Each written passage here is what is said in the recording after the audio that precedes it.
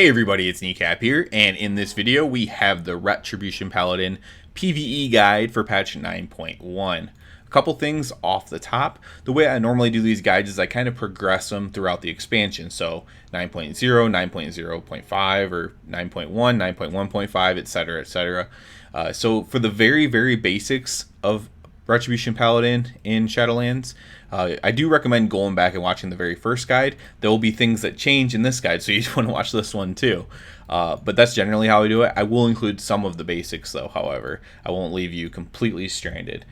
The other thing is I will be saying to simulate your character sometimes, but I do understand that annoys a large amount of the community. So I will also be giving general guidelines as well, just so you can have something in your back pocket to go in with. If you just refuse to simulate, you don't want to simulate, you don't care to simulate, whatever the case may be, but you still just want to have a general idea of what to do, I will give some general guidelines as well. I try to keep both those groups happy. I'm a simulation person. I'm a mythic raider, so I'm a simulation person. But I understand that some people aren't, and I'm totally okay with that. So we are going to start off with a few of the basic things first, like for example, stats. So stats is just a question that's asked all the time.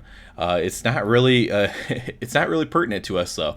So stats don't really matter that much on which stat is which. So you can see I randomly have 20 crit, 15 haste, 41 mastery, 9 verse. So basically most of the time item level upgrade is just going to be an upgrade. There are certain haste breakpoints and certain crit breakpoints you can get.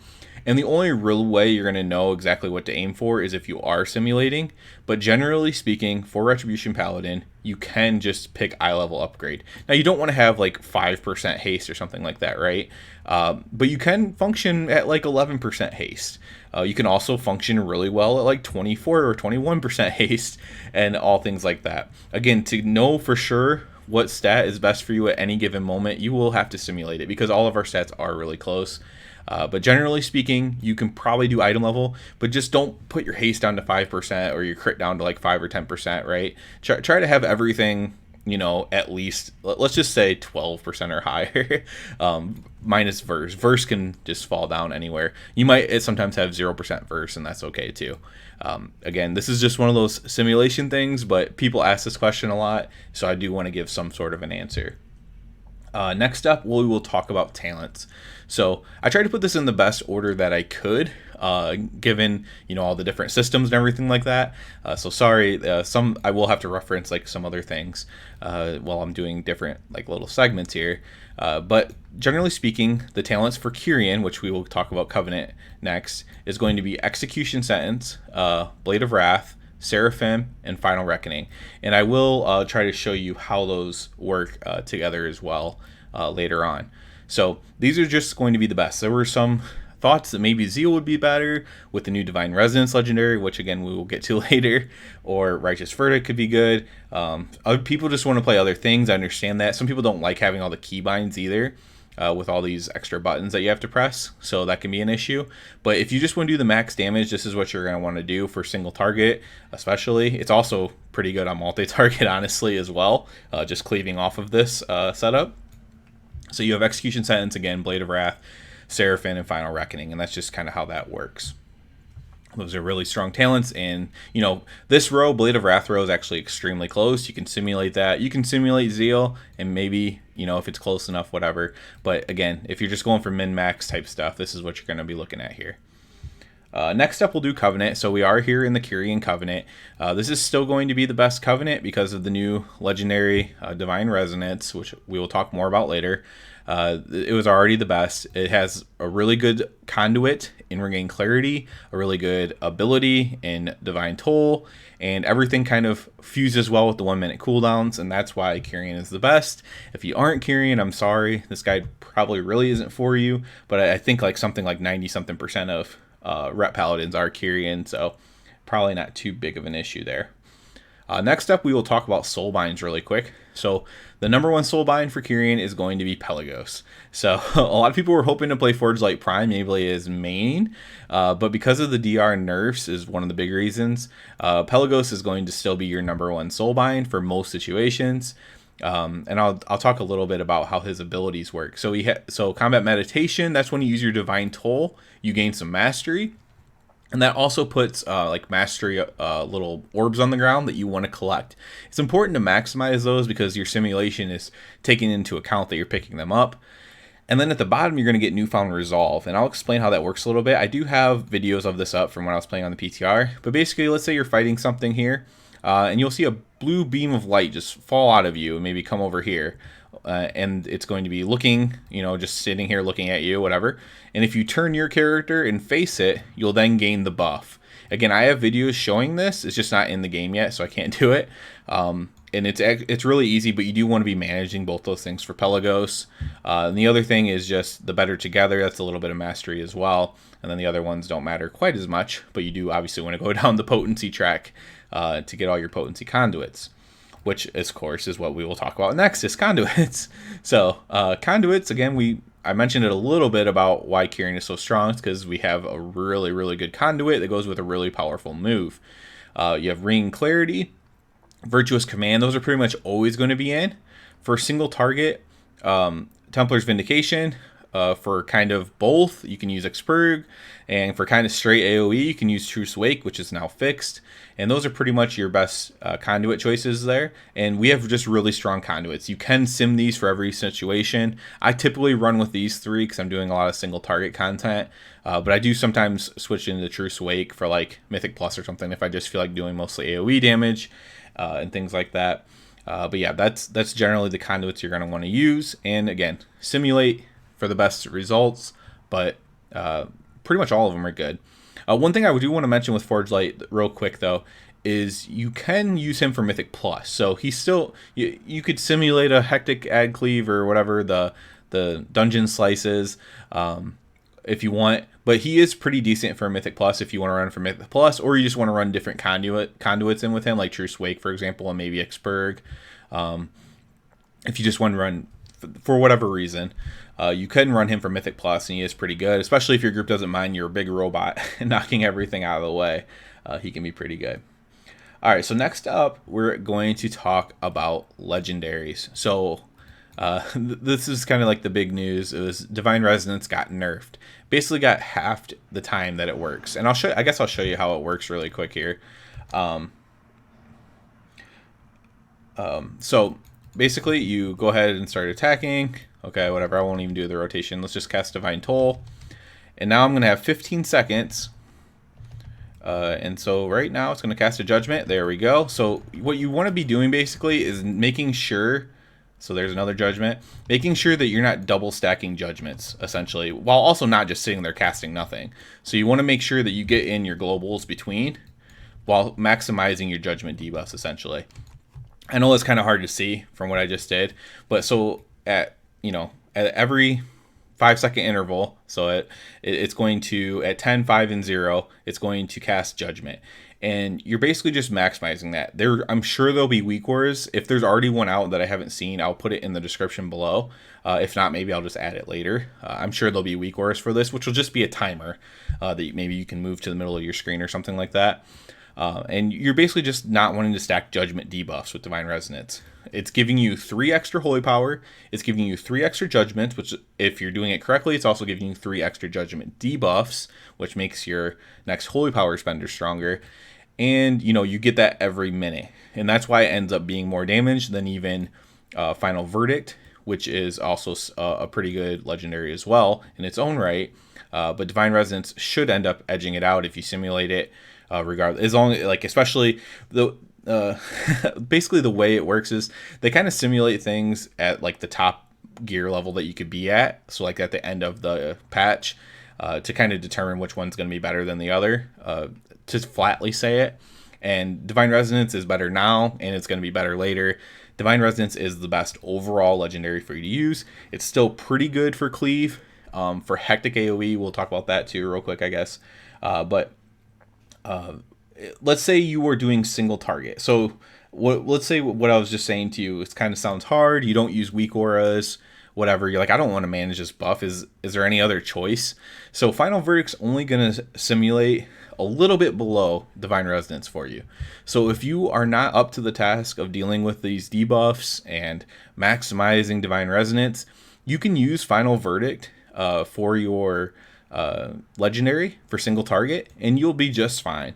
It's just a little bit behind. It's not the min-maxy thing to do. It does have some other benefits. You can cast Final Verdict at range, for example, so on a boss you have to run out on or something like that. So for straight single target, Final Verdict is still an option, especially if you just know you're not going to handle the Divine Resonance well. Final Verdict might do better for you personally, even though in a perfect simulation world, the Divine Resonance would be better. Now, for big AoE, you still can use Tempest of the Lightbringer. That's the AoE legendary. Let's just go ahead and bring up the powers. So we had Final Verdict we just talked about, Tempest of the Lightbringer. Divine Storm projects additional Wave of Light. You can use this for heavy AoE still. It was actually going to be the case where Divine Resonance was better than this even for AoE, but because of that nerf, ends up not really being the case. However, I will say for like Mythic Plus on Fortified, you could still use Tempest of the Lightbringer and be just fine for that if you want to. Obviously, it's not going to be best for bosses, which is why I say for Fortified weeks. Generally speaking, Fortified weeks you can use Tempest, or you could use the Divine Resonance, and then Tyrannical weeks I'd probably just use Divine Resonance. Honestly, it's the best overall legendary. So you do have some options, but some people don't want options and just want the one legendary, which is why the Divine Resonance nerf was just so bad. I did say I was going to show you some rotation stuff, so I will get into that now, I guess. So the number one thing for rotation is it's more of a priority for it. It's like that for most classes nowadays. Basically, if you want to know the complete rotation ins and outs, go watch the 9.0 video, but I will give some tips like I said. Basically, Crusader Strike is your worst holy power generator. You only want to use Crusader Strike when you really have to. There's ways to break it down very complex in a very complex way, but basically you want to be using Hammer of Wrath, you want to be using Blade of Justice, you want to be using Judgment, then you want to be using Crusader Strikes, and then for single target, the last case scenario, you want to use like Consecration, right? And if you a lot of people can improve their DPS simply by casting less Crusader Strikes, because it's just there's 2 charges of it, so you just press it twice. I mean, I know that's happened to me, so I assume it happens to other people. And instead, you want to be like, no, I have a Blade of Justice proc, I need to use that. And you also never want to go over 5 Holy Power, right? That's the other rotational tip, I suppose. Never go over 5 Holy Power. That's just a complete waste. If you're at 4 Holy Power, either use this if your only choice is Blade of Wrath or Spender, then just go ahead and use a Spender into your Blade of Wrath. So that's how that goes. So the other thing was with these talents, right? So I was going to show the rotation of these talents as well, just in case there's any new Kyrians, people who finally came over to Kyrian. How do you do the Execution Sentence, the Final Reckoning? Now, people ask me all the time, why do you use Final Reckoning before Execution Sentence? Why don't you Final Reckoning into it? The best thing I could say is that just does more damage. I know the way the tooltips read, and it can be close, but the way you do it is, and I'll kind of show you in slow motion, I guess. So you're going to want to build the so this will be basically like an opener, right? You want to build the 5 Holy Power. You can throw a Consecration in there. I forgot to use Seraphim. So you're going to Seraphim at 5 Holy Power. So now we're back up to 5. So I'm going to use Avenging Wrath and Final Reckoning right there together. Then I'm going to use Execution Sentence. Then I'm going to Divine Toll. I'm going to go back up to 5. Then I'm going to Verdict. Then I'm going to Wake. Then I'm going to Verdict. Then my Divine Resonance is going to go off. And then I'm going to Verdict. And so, and the Divine Resonance does change that a little bit. You have that little bit of a delay there. Even though I was doing it slow, it still actually worked. Where the Divine Resonance is going to go off right before the Execution Sentence drops, and you're going to be able to hit it one more time. So, I guess, I don't know if that's easy to see or not. So basically, you're building to 5 Holy Power. I usually, unless you get a Blade of Wrath proc or whatever, you're going to want to drop like your Consecration down. And then I like to do Crusader Strike and Blade of Justice if I can, to fill back up to 5. So we have 5 Seraphim, Blade of Justice, Crusader Strike. That's just one option. You don't have to do that. You could technically use another Judgment there. Crusader Strike, Blade of Justice, and then I have my Final Reckoning bound with my Avenging Wrath. But you want to go Avenging Wrath and your Trinket into Final Reckoning, into Execution Sentence, into Divine Toll, into Templar's Verdict, into Wake of Ashes, into Templar's Verdict, into your Divine Resonance Judgment. You could probably fit in a Crusader Strike or a Blade there as well if they're up. Into your Judgment from your Divine Resonance, and then your Templar's Verdict again, and that'll max out your execution sentence window essentially. So that's the general rule as that goes. I know it's a bit complex, especially if you're new to it. It's a lot easier to see in writing, honestly, than to explain in words. But yeah, that's generally how it works there, and that is the order that you want to go in. And there'll be, I like, for example, like the way I do it might be like 5 DPS lower or something like that, because I use a Crusader Strike where I shouldn't. But this is just what I've gotten comfortable doing. You know, I parse well enough doing it, and I'm fine with it. So that's just what I've been doing. You can look at the written guide on WoWhead. I will link that. Bolas really knows his stuff really, really well. And I think he has a written guide on how to do the rotation, and maybe that'll be better for people to see. So I will link that below as well.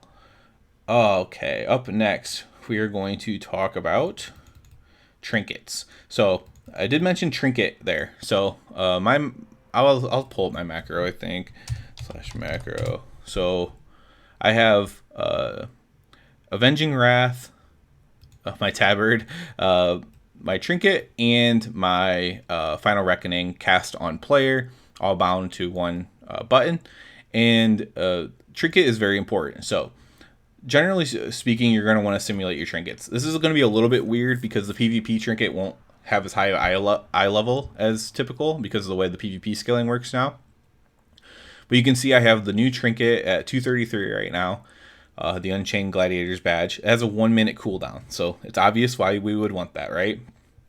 Because it links well with Divine Toll and our Execution Sentence and our Final Reckoning and all of our 1 minutes. We use Seraphim like it's a 1 minute. We use Wake of Ashes like it's a 1 minute. And so this trinket just kind of works perfectly with it. So this is always going to be a good option. You do want to simulate your trinkets though. Simulate. The best thing I could say is you're either going to want it to have a badge, PvP badge for your trinket, or the I can't even say it. The IQD, I don't even know where it drops from. Maybe it's the other side. I don't know where it drops from. IQD, the Inquin device, is a good one as well to use. Actually, this is actually not a bad trinket to use as well. It's a minute 30, which is fine. But the power crystal from the other side, the IQD trinket, I can't say it without reading it, is also a good trinket to use. If you don't have badge or whatever, you want to simulate these for the best options, right? But generally speaking, badge, and then if you wanted to know another trinket to combine with badge as a non-use trinket, the one that drops off Sylvanas is actually quite good. This Old Warrior Soul, this equip there, that's actually a really good trinket as well. So I think you'll see a lot of people using badge with Old Warrior Soul. You'll see some IQDs sprinkled in. You might see some power crystals sprinkled in, but that's kind of what I imagine is going to be used a lot. This file, a 252 file that you would get from your vault, would also be really good as well still for the non-use trinket. But those are kind of like your options for trinkets. There's all kinds of options. You can technically simulate them. They are mostly close, but generally speaking, you want to use trinket and equip trinket for rat. The use trinket you're going to want to combine with your wings, and if it's a 1 minute cooldown, with your 1 minutes as well. So wings and 1 minute, then 1 minute, wings and 1 minute, then 1 minute, etc., etc. The last thing we're going to talk about real quick is the Shards of Domination. This is a highly contested system, but I should mention it here. Now these are just like flat DPS increases, so it's pretty much the same for all DPSs. Once you have all the sockets and all the shards, you will want to simulate to make sure what's best for you. But generally speaking, the Unholy set bonus is going to be the best. So Unholy would be the Helm. So you would have to get a Helm that has a Domination socket. I believe like I don't even know what boss, the third boss. Is it the third boss? No, second boss. One of the early bosses drops a Helm. I thought at least. Hands, legs. Finger, there it is, the Remnant of Ner'zhul. So he drops a Helm, and this would unlock a Unholy by having a Helm equipped. So you'd want 3 shards of Unholy, so it's like a DPS, an endurance, and a finesse. You could look at it that way. A three unholy gems, and then generally speaking, you're going to want the frost and the blood damage gems as well. I have the blood one socketed, so your damage is increased by X when you're 50% or more health than your target. And so just generally speaking, you want 3 unholy gems, a helmet equipped, and then a blood gem and a frost gem. Once you have everything going, then at that point, of course, simulate it. If you don't have the 3 unholies, but you have 3 bloods, go ahead and use the the socket bonus or the set bonus for that. You don't have to only use one of them. You should just be striving for the best one by the end of it. And yeah, so we're going to come up to conclusions now. Basically, I would say that Ret is pretty strong this patch. Probably damage-wise, top 5 to 10 out of all the specs. And so I'd say top third, let's say that. Top third damage. However, we do lack a lot of survivability outside of just immunity because our Shield of Vengeance does not actually absorb very much damage.